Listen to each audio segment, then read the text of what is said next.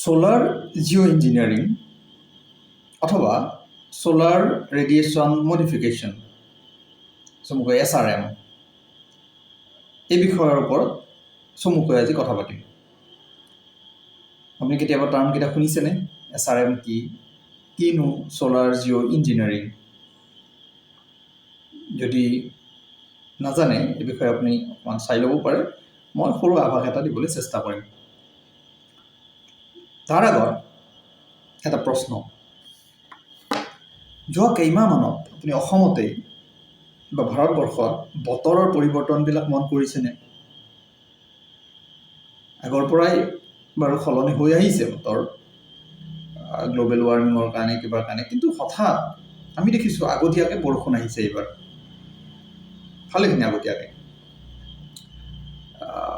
বহাগৰ আগতেই ফাগুন চ'ত মানতে এইবাৰ বৰষুণ, বানপানী অসমত বৰদৈচিলা। কিয় বৰদৈছে? এতিয়াও দেখিছোঁ আমি সঘন বৰষুণ অসমত, যিটো আগতে এনেকৈ হোৱা নাছিল। মাহজোৰা চ'ত বা বহাগতে মাহদিনীয়া বৰষুণ, কমাৰ লক্ষণ নাই, মেঘ, বানপানী। আগতকৈ সলনি হৈছে এই কথা বতৰাবোৰ, চৰিত্ৰবোৰ বতৰৰ, ঋতু অনুযায়ী বতৰৰ আগৰ যিটো চৰিত্ৰ আছিল, এইটো হঠাৎ সলনি হৈ গ'ল। এতিয়া তাৰ আঁৰত কি হ'ব পাৰে? বহুতে অভিযোগ অনাৰ দৰে, কৈ থকাৰ দৰে, সোলাৰ জিঅ' ইঞ্জিনিয়াৰিং বা SRM, সোলাৰ ৰেডিয়েশ্যন মডিফিকেশ্যন, তাৰ কাৰণ হ'ব পাৰে নেকি?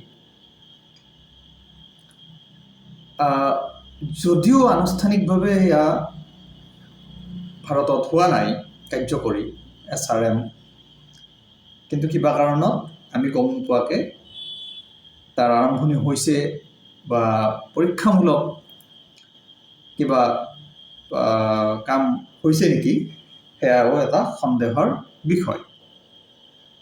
এক্সপেৰিমেণ্ট কিবা চলিছে নেকি? যদিও সেইটো UKত আৰম্ভ কৰাৰহে এটা এক্সপেৰিমেণ্ট আছিল, কিন্তু বহুতে ক'ব খোজে যে তাৰ প্ৰভাৱ ভাৰততো পৰিছে বা অন্য ঠাইতো পৰিছে, বা কি ঠিক গোপনভাৱে ভাৰতত তাৰ ইমপ্লিমেণ্ট হ'ব ধৰিছে। এতিয়া আহোঁ তাৰ চাইণ্টিফিক কথাটোলৈ। বিজ্ঞানীসকলে কৈ আছে যে গ্ল'বেল ৱাৰ্মিং, গোলকীয় উষ্ণতা বাঢ়িছে, পৃথিৱীত গৰম বাঢ়ি গৈ আছে। এই গৰম কমোৱাৰ এটা নতুন পদ্ধতি বিজ্ঞানীসকলে উদ্ভাৱন কৰিছে, সেয়া হ'ল SRM, বা সেইটো অন্য এটা নাম দিয়া হৈছে সোলাৰ জিঅ' ইঞ্জিনিয়াৰিং। কি কৰা হয়? সেইটোত পৃথিৱীত আহি পৰা সূৰ্যৰ যিখিনি তাপ, পোহৰ, সেইখিনি পৃথিৱীত পৰাৰ আগতেই তাক উভতাই পঠিওৱা হয়। পৃথিৱীত পৰিব নিদিয়া এটা পদ্ধতি, এটা প্ৰযুক্তি। বিজ্ঞানীসকলে বিভিন্ন তাৰ পদ্ধতি বা পন্থা ভাবিছে বা আৰম্ভ কৰিছে। তাৰ ভিতৰত এটা তেওঁলোকে ভাবিছে যে মহাকাশত কিছুমান আইনাৰ টুকুৰাৰ দৰে, মানে ৰিফ্লেক্টিভ মেটেৰিয়েল কিছুমান ৰাখিব,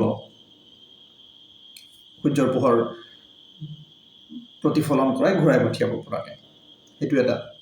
দ্বিতীয় এটা কথা থাকিব যে তাৰে তলৰ লেয়াৰত কিছুমান কেমিকেল ছটিয়াই দিয়া হ'ব এৰোপ্লেনেৰে গৈ,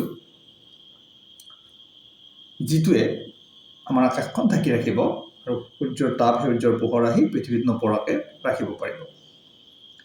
আৰু তৃতীয় এটা থাকিব মেঘৰ পৰাই ৰিফ্লেক্ট কৰা, যিখিনি ডাৱৰ থাকিব, সেই ডাৱৰৰ পৰাই সূৰ্যৰ তাপ, সূৰ্যৰ পোহৰখিনি উভতাই পঠাব। তো ডাৱৰখিনিক অধিক ৰিফ্লেক্টিভ কৰাৰ, মানে প্ৰতিফলন ক্ষমতা তাৰ বঢ়োৱাৰ এটা পদ্ধতি। এতিয়া কেনেকৈ কৰা হ'ব? মই ফটো লগাই দিছোঁ, আপুনি কেতিয়াবা আকাশত এনেকুৱা ধৰণৰ দৃশ্য কেতিয়াবা দেখিছে নেকি? আমাৰ ইয়াতো মাজে মাজে দেখা যায়, দেখি আছোঁ আমিও, যে প্লেনবিলাকৰ তেনেকুৱা ধোঁৱাবিলাক আমি আকাশত দেখা পাওঁ। আগতেও হয়তো দেখিছিলোঁ। যোৱা কিছু মাহৰ পৰা আমাৰ আকাশতো, ভাৰতৰ অসমৰ আকাশতো মাজে মাজে কিন্তু দেখা গৈছে, অধিক হাৰত দেখা গৈছে। মই কোৱা নাই সেইটো SRMৰ পৰীক্ষণ বুলি। সেইটো আগত যেনেকৈ জেট প্লেনৰ ধোঁৱা আছিল সেইটোও হ'ব পাৰে, কিন্তু বহুতে অভিযোগ কৰিছে, এইটো মই কৰা অভিযোগ নহয়, বহুতে ভাবিছে যে তাৰ কিন্তু পৰীক্ষামূলক কাম আৰম্ভ হৈছে, আৰু এই যে ছবিবোৰ আমি যে আকাশত দেখা পাওঁ,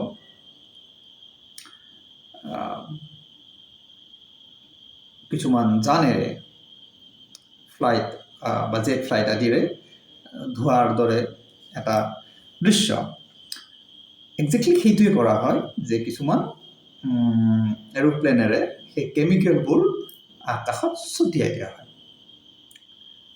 sulphur dioxide, sulphuric acid, calcium carbonate, এনেকুৱা কিছুমান ৰাসায়নিক দ্ৰব্য মহাকাশত ছটিয়াই দিয়া হ'ব বা ইতিমধ্যে ক'ৰবাত UK আদিত আনুষ্ঠানিকভাৱেও সেইটো কাৰ্যকৰী কৰিছে বুলি কোৱা হৈছে। আৰু আমাৰ ইয়াত সেয়া আনুষ্ঠানিক স্বীকৃতি পোৱা নাই হোৱা বুলি কামটো, গতিকে আমি ক'ব নোৱাৰোঁ হৈছে বুলি। কিন্তু বহুতে কিন্তু সেইটো এটা অভিযোগ কৰি আছে যে বোধহয় আমাৰ ইয়াতো সেইটো হৈছে। সেইটো কিছুমানৰ এটা প্ৰশ্ন যে যদি হৈছে কি হ'ব পাৰে। মই আকৌ কৈছোঁ, বিজ্ঞানীসকলৰ এটা ধনাত্মক চিন্তাৰেই কৰা বুলি এটা বৈজ্ঞানিক পৰীক্ষা, যে পৃথিৱীৰ উত্তাপটো কমাব লাগে। কমোৱাৰ উপায়, সূৰ্যৰ তাপটো পৃথিৱীত আহি নোপোৱা কৰি ৰাখিব লাগিব, মানে ছাতি এটাৰে ঢাকি ৰাখিব লাগিব পৃথিৱীখন। একজেক্টলি সেইটোৱে, কিছুমান ৰাসায়নিক দ্ৰব্যৰ এটা ছাতি তৈয়াৰ কৰা হ'ব পৃথিৱীৰ আকাশত চাৰিওফালে, যাতে সূৰ্যৰ তাপটো আহি, আমি যেনেকৈ ঘৰত টিং এখন দি থওঁ, চালি এখন দিওঁ, বা বাহিৰত ওলাই গ'লে ছাতি এটা লওঁ, এই পদ্ধতিৰে, SRM পদ্ধতিত তেনেকুৱা কেমিকেলেৰে এখন ছাতি তৈয়াৰ কৰা হ'ব। অন্য এটা থাকিব তাৰ ওপৰৰ লেয়াৰত, য'ত আমাৰ স্পেচ ক্ৰাফ্টবোৰ যায়, য'ত আমি আৰ্টিফিচিয়েল ছেটেলাইট য'ত উৰি থাকে, তেনেকুৱা লেয়াৰবোৰত কিছুমান ডাঙৰ ডাঙৰ গ্লাছ লগোৱা হ'ব, যাতে সূৰ্যৰ পোহৰটো তললৈকে নাহি উঠি যায়। সেইটো বোধহয় এতিয়ালৈকে নাই হোৱা, কিন্তু কেমিকেল ছটিওৱা কামটো হোৱা বুলি বহুতে কয়। সকলো কথাটো আমাৰ সাধাৰণ মানুহক জনাই নকৰে চৰকাৰসমূহে বা চাইণ্টিফিক এজেঞ্চিসমূহে, কিছুমান কাম কৰি থাকে, পিছত কোৱা হয়। আৰু অন্য এটা হ'ব, মেঘত যিবিলাক আমাৰ ডাৱৰ থাকে, নেচাৰেলি সৃষ্টি হোৱা ডাৱৰবোৰ, তাত চি চল্ট, সাগৰৰ নিমখ আদি ছটিয়াই সেইবিলাকৰ ৰিফ্লেক্টিভ যিটো ক্ষমতা, সেইটো বঢ়াই দিয়া হ'ব, যাৰ ফলত সূৰ্যৰ পোহৰ তাৰ পৰাই উভতি যাব, পৃথিৱীলৈ নাহে। এনেকৈ বিভিন্ন ধৰণৰ এটা এক্সপেৰিমেণ্ট, কিমান ফলপ্ৰসূ হ'ব সেইটো সময় ক'ব, আমি নাজানো। কিন্তু তাৰ ঋণাত্মক নেতিবাচক দিশসমূহো কিন্তু সমানে আলোচনা হৈছে বিভিন্ন মহলত। এই যে কেমিকেলসমূহ ওপৰত ছটিয়াই দিয়া হ'ব, যিয়ে সূৰ্যৰ পোহৰ পৃথিৱীত নপৰাকৈ ৰাখিব, সেই কেমিকেলসমূহ, সেই ৰাসায়নিক দ্ৰব্যসমূহ অতি মাৰাত্মক বুলিও কিছুমানে দাবী কৰিছে। আৰু সেইসমূহ এটা সময়ত আমাৰ বায়ুমণ্ডলত আহিব আৰু তাৰপিছত আহি পৃথিৱীত পৰিব, যিয়ে মানুহৰ শৰীৰত ক্ষতি কৰিব পাৰে। সি বৰষুণৰ লগত নামি আহিব, পিছত আমাৰ কৃষিভূমি নষ্ট কৰিব পাৰে, খেতি বাতি ধ্বংস হ'ব পাৰে। আৰু যদি খেতিত পৰিছে আৰু সেই খাদ্যৰ লগত আমাৰ শৰীৰত প্ৰৱেশ কৰিব পাৰে সেই কেমিকেলসমূহ। গতিকে অতি ভয়াৱহ এটা এক্সপেৰিমেণ্ট বুলি বহুতে কিন্তু মত পোষণ কৰিছে, দাবী কৰিছে। চাইণ্টিফিক এজেঞ্চিসমূহে এতিয়ালৈকে তাৰ উত্তৰ বোধহয় নাই দিয়া, চৰকাৰীভাৱেও কাকো একো কোৱা নাই। এতিয়া ভাৰতৰ লগত সেইটো কিমান দূৰ আগবাঢ়িছে এগ্ৰিমেণ্ট সেইটোও নাজানো। আৰু এই গোটেই প্ৰযুক্তিটোৰ, গোটেই এক্সপেৰিমেণ্টটোৰ ফাণ্ডিং কৰা বুলি কোৱা হয় বিল গেটছে। বিল গেটছৰ সহযোগত, তেওঁৰ আৰ্থিক সহযোগত ফাণ্ডিংটো তেওঁৰ বুলি কোৱা হয়। আল্টিমেটলি তেওঁৱে আছে বেকত। গতিকে এইটো এটা এক্সপেৰিমেণ্ট। বিল গেটছৰ বহুত এক্সপেৰিমেণ্টক লৈ বিভিন্ন বিতৰ্ক আহে। ভেকচিনক লৈও এটা চলিছিল, বিভিন্ন ব্যৱসায়িক স্বাৰ্থত তেওঁলোকে কিবা কিবি কাম কৰে বুলি কিছুমানে অভিযোগ কৰে। মই নাই কোৱা, কৰে বহুতে অভিযোগ। এইটো তেনেকুৱা কিবা ব্যৱসায়িক স্বাৰ্থৰ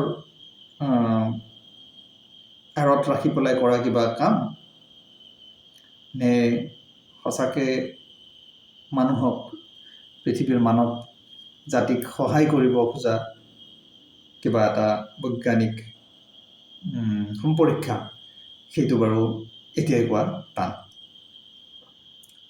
মই বিষয়টো আপোনালোকলৈ এৰিলোঁ। যিয়ে জানেতো ভালেই, যদি কোনোবাই এই বিষয়ে শুনা নাছিল বা জানা নাছিল, তেওঁলোকে অলপ চাব পাৰে। বিভিন্ন মাধ্যমত এই তথ্য উপলব্ধ, গুগলত চাব পাৰে, ইউটিউবত ভিডিঅ' পাব এই সম্পৰ্কে। অভিজ্ঞ মানুহৰ লগত কথা পাতিব পাৰে। আৰু যদি আমাৰ ইয়াতো বতৰৰ যি সাংঘাতিক পৰিৱৰ্তন, যি আগতীয়া বৰষুণ, নকমা বৰষুণ যোৱা কেইমাহমানত, দুমাহমান ধৰি প্ৰায় নেৰা নেপেৰা বাৰিষা, এতিয়াই আচল ফৰ বাৰিষা অহাই নাই এতিয়ালৈকে।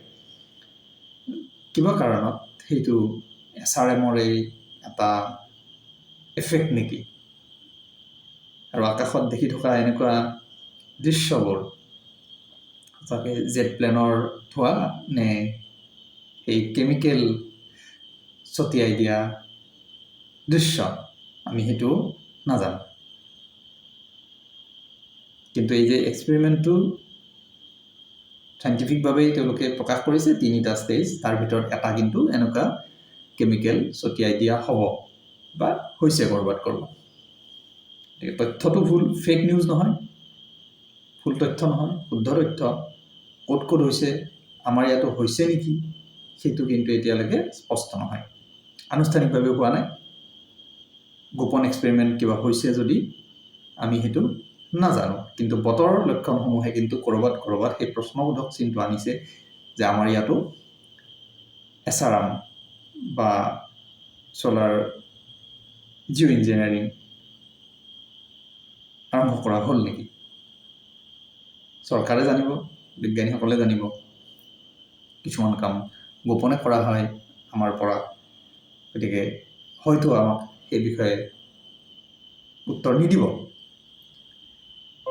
কিন্তু আমি মন মগজু খোলা ৰাখিব পাৰোঁ কি হৈ আছে এইবোৰ। এইখিনি ক'বলগীয়া কথা আছিল।